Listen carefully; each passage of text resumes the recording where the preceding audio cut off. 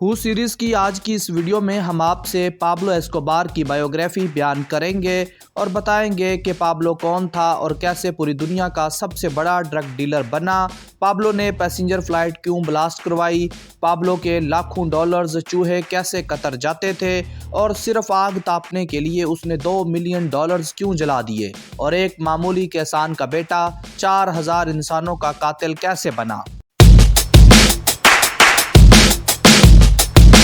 دوستو، Pablo Escobar امریکہ کے ملک Colombia میں 1949 میں ایک غریب ٹاؤن میں پیدا ہوا۔ اس کا والد ایک کسان تھا جبکہ والدہ ایک اسکول ٹیچر تھی۔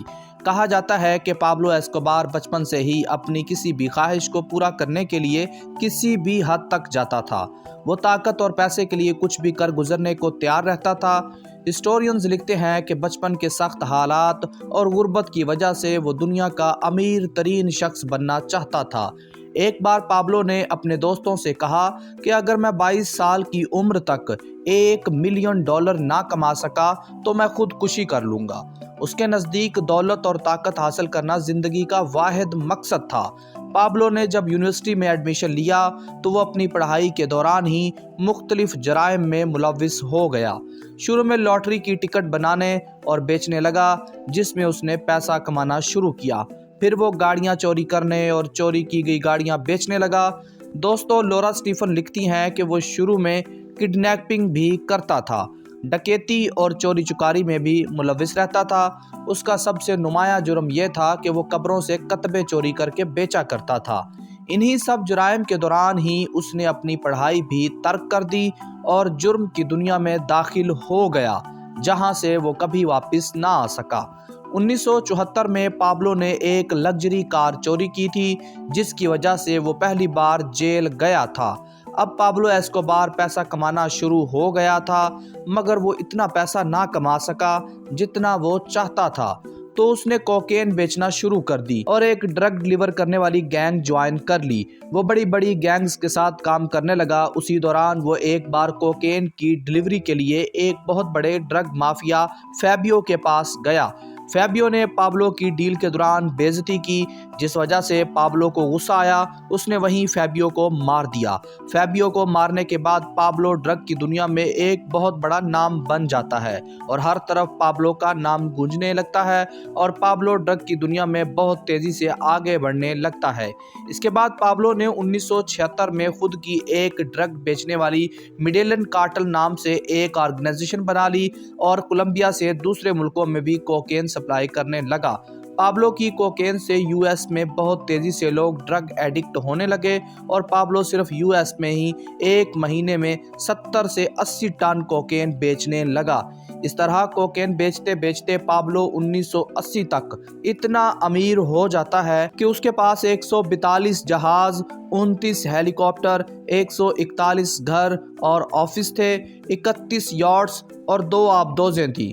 دوستو، اس وقت بہت ہی کم ایسے ممالک تھے جس کے پاس اپنی آبدوزیں ہوتی تھیں، لیکن کولمبیا کا یہ کوکین لارڈ پابلو اتنا پاورفل تھا کہ اس کے پاس اپنا پرائیویٹ آبدوزیں تھیں۔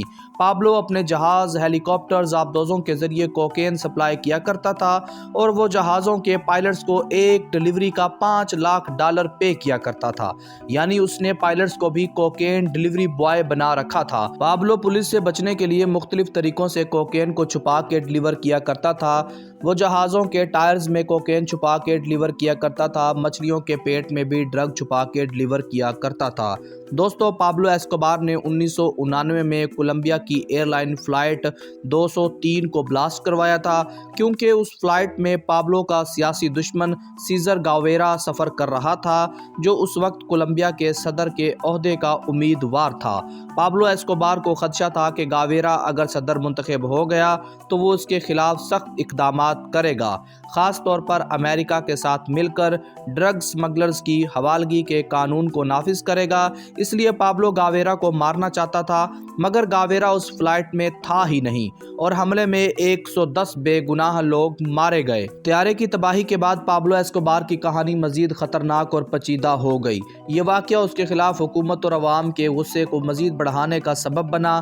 طیارہ دھماکے اور دیگر دہشت گردی کے حملوں کے بعد کولمبیا کی حکومت نے پابلو ایسکوبار کے خلاف بڑے پیمانے پر کارروائی شروع کر دی۔ امریکہ نے بھی کولمبیا کے ساتھ تعاون بڑھایا اور سرچ بلاک کے نام سے ایک خصوصی فورس تشکیل دی، جس کا مقصد ایسکوبار کو ختم یا پھر گرفتار کرنا تھا۔ مگر تبھی پابلو ایسکوبار نے حکومت اور اس کے مخالفین کے خلاف بہت سی کارروائیاں شروع کر دیں، جس میں بم دھماکے، قتل اور اغوا شامل تھے۔ 1991 میں پابلو ایسکوبار نے حکومت کے ساتھ ایک ایگریمنٹ کیا، جس کے تحت اس نے خود کو پولیس کے حوالے کر دیا۔ اس نے اپنی جیل خود بنائی، جو ایک محل کی طرح تھی۔ وہ وہاں سے اپنا کاروبار چلاتا رہا اور اپنے دشمنوں کو ختم بھی کرواتا رہا۔ 1992 میں حکومت نے ایسکوبار کو کسی دوسری جیل میں منتقل کرنے کی کوشش کی، لیکن وہ جیل سے بھاگ گیا۔ اس کے بعد وہ تقریباً 1.5 سال تک پولیس اور امریکن CIA سے چھپتا رہا، لیکن اسی دوران اس کا نیٹ ورک اور طاقت کمزور ہو گئی۔ دوستوں، کہا جاتا ہے کہ پابلو نے 1990 کی دہائی میں کوکین کی اسمگلنگ کے ذریعے بے پناہ دولت حاصل کی۔ پابلو کی نیٹ ورتھ کے متعلق مختلف بیان ملتے ہیں، لیکن عام طور پر یہ مانا جاتا ہے کہ اپنے عروج کے دور میں اس کی نیٹ ورتھ تقریباً $30 ارب تھی۔ 1999 میں فوربس میگزین نے ایسکوبار کو دنیا کے 7ویں امیر ترین شخص کے طور پر لسٹ میں شامل کیا تھا اور اس کی نیٹ ورتھ $25 ارب بتائی تھی۔ پابلو ایسکوبار کی گینگ دنیا کی 80% کوکین کی سپلائی کرتی تھی، جس سے اس کی ویکلی تقریباً $420 ملین کی انکم ہوتی تھی۔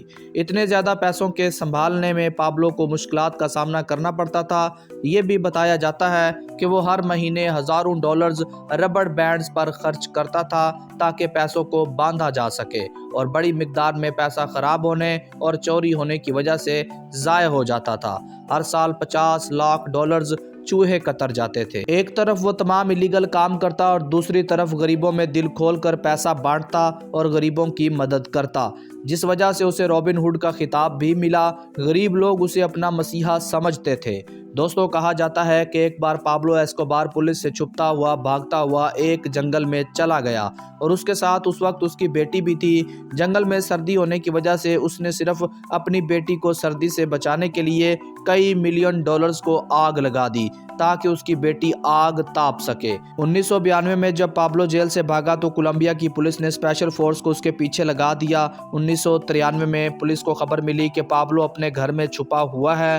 پولیس نے اس کے گھر کو گھیر لیا۔ پابلو نے بھاگنے کی کوشش کی، لیکن کراس فائرنگ میں پابلو کو گولی لگی، جس کی وجہ سے وہ مارا گیا، اور یوں 2 دسمبر 1993 میں پابلو ایسکوبار کو کولمبیا اور امریکہ کی CIA نے مل کر مار دیا تھا۔ دوستو، یہ تھی پابلو ایسکوبار کی کہانی جو ہم نے آپ سے بیان کی۔